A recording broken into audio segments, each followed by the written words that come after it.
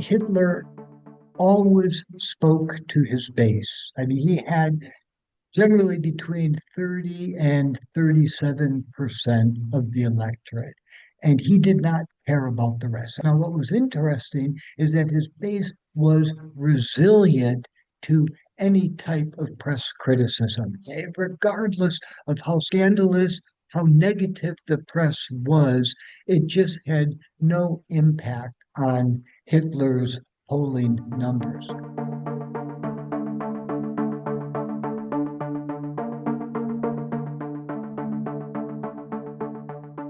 I think the person who's explained it most effectively was a Weimar psychiatrist named Hans Prinzhorn. One time he attended a beer hall rally and wrote a series of articles basically putting Hitler's followers on the couch and explaining what it was about Hitler's capacity to hold his base and to keep his crowd. Hitler would start talking, bring himself to this fury, and then suddenly stop, fall silent, and then begin again in a completely normal tone.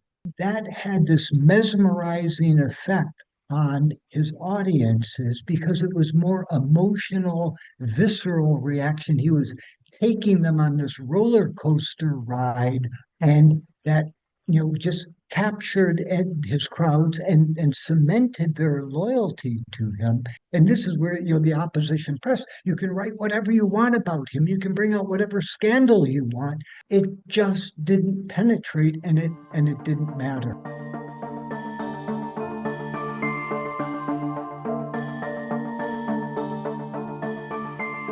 The mainstream press, the left-wing press, even the right-wing press, did not give him the kind of coverage that he wanted.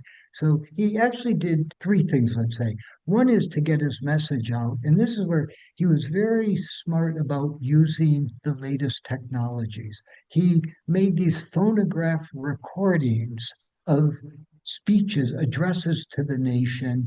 They were distributed, they were mailed out. The second, and this is, I think, a true innovation in terms of politics, at least in Germany.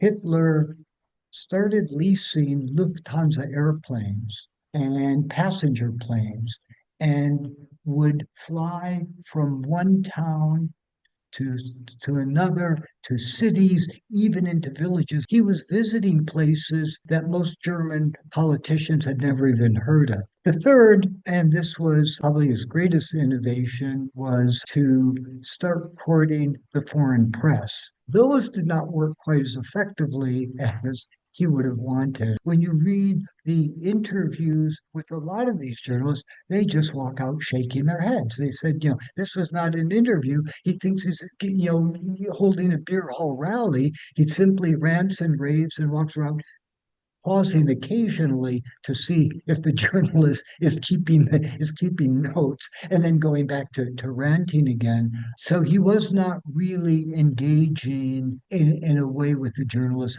that we think of. So then the question is, how did the journalists get him this wrong? Well, I would actually argue that they didn't get it wrong. They actually got it right. They saw Hitler for who he was. What happened within a year, the man didn't change, the circumstances did.